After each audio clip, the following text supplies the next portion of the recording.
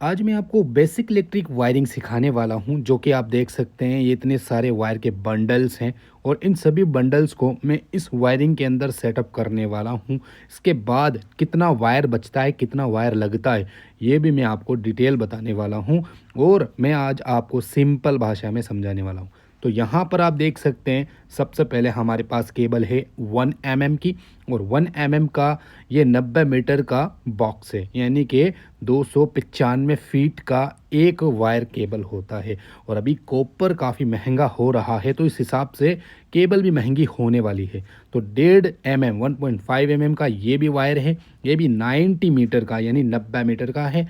295 feet आराम से approx इसके अंदर होता है। और ये 2.5 mm का वायर है, ये भी 90 मीटर का बॉक्स आता है और 295 फीट इसका भी लेंथ है। चलो अब इसकी फिटिंग के बारे में समझते हैं। तो पहले हम बेसिक वायरिंग सीखते हैं। तो यहाँ पे देख सकते हैं 1 mm के दो बॉक्स मैंने हाथ में ले लिए हैं, जिसका एक कलर है ब्लू, एक कलर है येलो।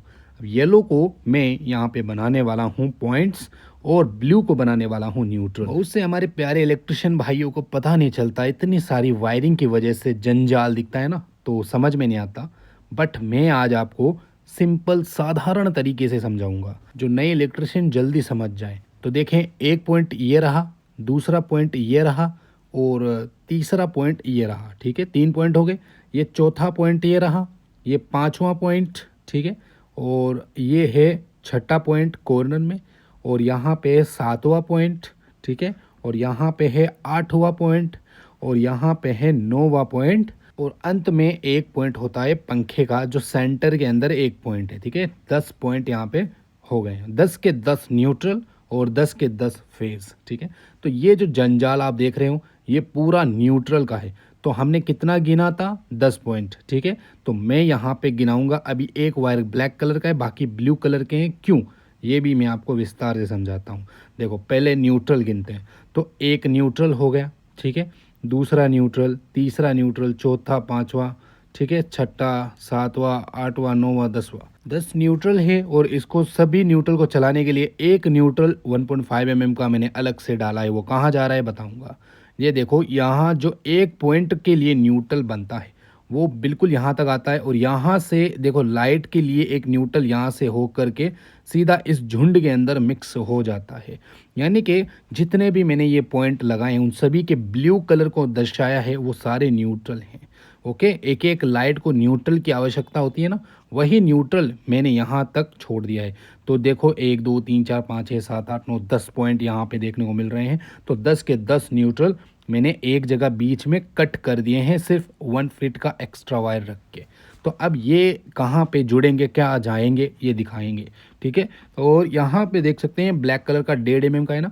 इसके अलावा येलो कलर के 10 पॉइंट है, 1 2 3 4 5 6 7 8 9 10। यहाँ पे भी 10 पॉइंट है, क्योंकि 10 पॉइंट हमने गिने, 10 न्यूट्रल गिने, तो 10 फेज भी होंगे, सारे स्विच बोर्ड के अंदर जाने वाले हैं। ठीक है, और यहाँ इस पाइप के माध्यम से सीधा आगे स्विच बोर्ड तक हम पहुंचा देंगे। बहुत सारे इलेक्ट्रिशियन क्या करते हैं कि न्यूट्रल के साथ में ही पहुंचाते हैं, क्योंकि वो जानते नहीं है काम, बहुत सारे नए नए जो इलेक्ट्रिशियन है। तो इलेक्ट्रिशियन भाइयों, ऊपर एक न्यूट्रल अलग से ही जोड़ दिया करें, ताकि आप ज़्यादा वायर खर्च ना हो। ओके, तो यहाँ पर देख सकते हैं जितने भी ब्लू कलर के हैं वो सारे न्यूट्रल है। मैं आपको सिंपल तरीका समझाने वाला हूँ, तो आप अच्छे से समझिएगा। देखो, ये जितने भी येलो कलर के आपको वायर नज़र आ रहे हैं ना, अभी ब्लू दिखाया आपको, अब येलो देखें। तो येलो कलर आपने क्या देखा, येलो कलर में पॉइंट्स, ठीक है, जो कि आप देख सकते हैं यहाँ पे एक न्यूट्रल और फेज पॉइंट जा रहा है, यहाँ से लेकर के सीधा यहाँ सेंटर तक आ रहा है। और यहाँ से सबसे लंबा साइज होता है येलो कलर का, क्योंकि ये एक स्विच के अंदर कनेक्ट होगा, और ब्लू कलर का बिल्कुल शॉर्ट है, क्योंकि यहाँ पे न्यूट्रल के लिए कनेक्ट होगा। तो न्यूट्रल छत से मिल जाता है और ये इसका सबसे मेन न्यूट्रल होता है, और फेज हमें स्विच बोर्ड से मिलता है। तभी तो अलग अलग स्विच से सारे लाइटें वर्क करती है। ठीक है, तो देख सकते हैं ये जितने भी वायर हैं येलो कलर के, ये सारे एक एक करके स्विच में जाएंगे। यानी 10 तार है ना इसके अंदर, तो 10 तार यानी 10 स्विच। और न्यूट्रल जो है ना ऊपर ही अटका दिया जाएगा, क्योंकि न्यूट्रल कॉमन होता है। न्यूट्रल एक वायर से पहुंचा दिया जाएगा सभी लाइटों के लिए, और बाकी के जो पॉइंट है वो सभी स्विच बोर्ड में डाल दिए जाएंगे। कितना सिंपल है, देखो बहुत सिंपल। मैंने आपके लिए ये वीडियो तैयार किया है जो सिंपल भाषा और सिंपल देखने में सिंपल लगे, इस वजह से मैंने अभी इनको पाइप वगैरह में फिटिंग नहीं किया, क्योंकि मैं दिखाना चाहता हूँ कि आप अच्छे से समझें कि दो तार कहाँ से कहाँ तक आ रहे हैं। यानी कि यदि एक पॉइंट है तो वो एक पॉइंट सीधा कहाँ तक जा रहा है, तो वो समझाने के लिए मैंने ये वीडियो शूट किया, ताकि आप आसानी से समझें। जो न्यू इलेक्ट्रिशियन है हमारे भाईजान, वो जल्दी सीख जाते हैं इस प्रकार की वीडियो से, ठीक है। और अब आप देखें, यहाँ तक आया ये न्यूट्रल, और यहाँ तक पॉइंट जा रहा है यानी फेज़ जा रहा है, ठीक है। एक एक सारे फेज़ वो लॉन्ग है और न्यूट्रल बिल्कुल शॉर्ट है। अब आप कहेंगे कि 1.5 mm का ये ब्लैक कलर का वायर क्यों डाला? ये ब्लैक कलर का वायर मेन न्यूट्रल है, ये जा रहा है सीधा स्विच बोर्ड के अंदर येलो वायर के साथ, क्योंकि 10 तार एक साथ तो हम ला नहीं सकते, ज़्यादा वायर लॉस होंगे। तो एक तार से हम सारे न्यूट्रल को एक ही जुट कर देंगे और सारे न्यूट्रल आपस में फैल जाएंगे, ठीक है। तो एक तार से ही ये चीज़ पॉसिबल है, और बाकी अलग अलग पॉइंट को चलाने के लिए ये अलग अलग पॉइंट भेजने पड़ते हैं। यदि अगर ये पॉइंट भी एक साथ ऊपर न्यूट्रल की तरह जोड़ दें तो एक ही स्विच से सारे चलेंगे, ठीक है। समझ लिया? कितना सिंपल तरीके से समझाया मैंने। देखो ये रहा पॉइंट। अब यहाँ पॉइंट के अंदर दो तार होता है, ओबियसली एक न्यूट्रल एक फेज़। बट न्यूट्रल कहाँ होता है, फेज़ कहाँ होता है? देखो यहाँ से होते हुए येलो एंड ब्लू जा रहा है और यहाँ से जाते जाते सेंटर में आ जाता है। अब जो ब्लू कलर का वायर होता है, जो ब्लू कलर का, ये न्यूट्रल है, क्योंकि न्यूट्रल कॉमन होता है। इसको हम डायरेक्ट इस झुंड में ही दे देंगे, क्योंकि ज़रूरी है झुंड में ही देंगे, वरना बोर्ड तक ले जाएंगे ज़्यादा तार लगेगा, ठीक है। इन सभी को झुंड में दे दिया।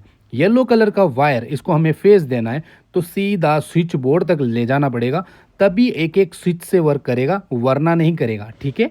तो पॉइंट आपने समझ लिया। अब सप्लाई देखें, न्यूट्रल फेज इन्वर्टर अर्थ ये एमसीबी बॉक्स से आ रहा है। अब ये जब तक नहीं देंगे तब तक ये वायर कोई काम के नहीं है, लोड ही नहीं चलेगा। तो ये सारा लोड चलाने के लिए जो ऊपर छत में मैंने लाइटें दी, इसके अंदर आपको ये कनेक्ट करना है, जोड़ना नहीं है, सीधा स्विच बोर्ड तक पहुंचाना है।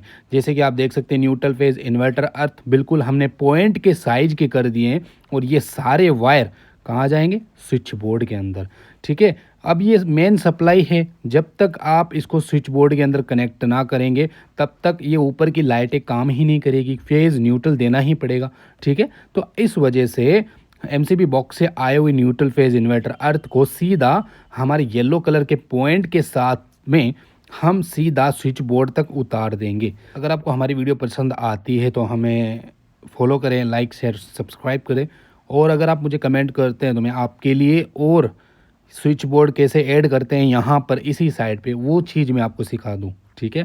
तो यहाँ पर देख सकते हैं मैं जितनी वायरिंग है वो इसके अंदर खींच ले रहा हूँ।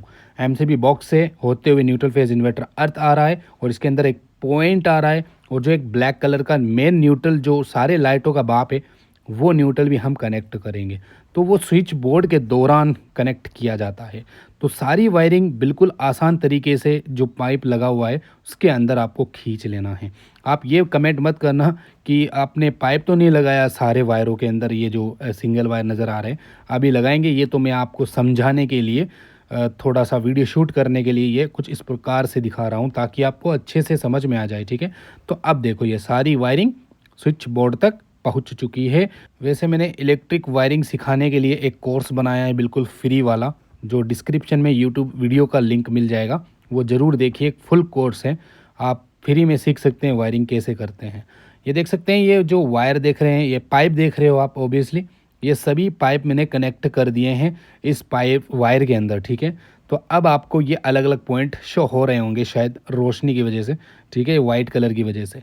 तो ये जो न्यूट्रल आपको नज़र आ रहा है ब्लैक कलर का जो टेप किया हुआ है, इसको अब ऊपर यहीं पे छोड़ दूंगा। और यहाँ पे पंखा है, कभी आप सोच रहे होंगे कि ये जल गया तो पंखा लगा हुआ है यहाँ पर, पंखा हटा देंगे और अंदर से न्यूट्रल निकाल करके हम रिपेयरिंग कर सकते हैं। तो ज़्यादातर ख्याल करें कि न्यूट्रल वहाँ पे ही झुंड बनाएं जहाँ पे फ़ैन हो या फिर लाइट हो, ताकि कल को जले करे तो वहीं से रिपेयरिंग हो जाए। ओके, समझ लिया?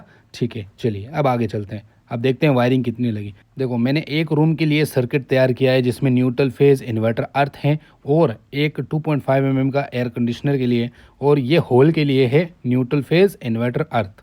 ठीक है, यहाँ पे जो होल है ये, और ये रूम है, इसका सर्किट मैंने एडवांस पहुँचा दिया है। अब देखते हैं खर्च कितना हुआ है वायर, और यहाँ पे देख सकते हैं 15x16 का ये होल है। अब होल के अंदर मैंने पॉइंट डाले थे ब्लू कलर के और येलो कलर के, तो वो कितना खर्च हुआ और बाकी कितने खर्च हुए तो मैं परसेंटेज में बताऊंगा। 90 मीटर का एक वायर का बंडल है, तो ये एक वायर का बंडल 100% खत्म हो गया है। 1 mm का येलो कलर का और ये ब्लू कलर का 1 mm का वायर है, ये 50% खत्म हो गया है। और ये 1.5 mm का वायर है, ये अप्रोक्स 50% खत्म हो गया है लूपिंग बाय लूपिंग की वजह से।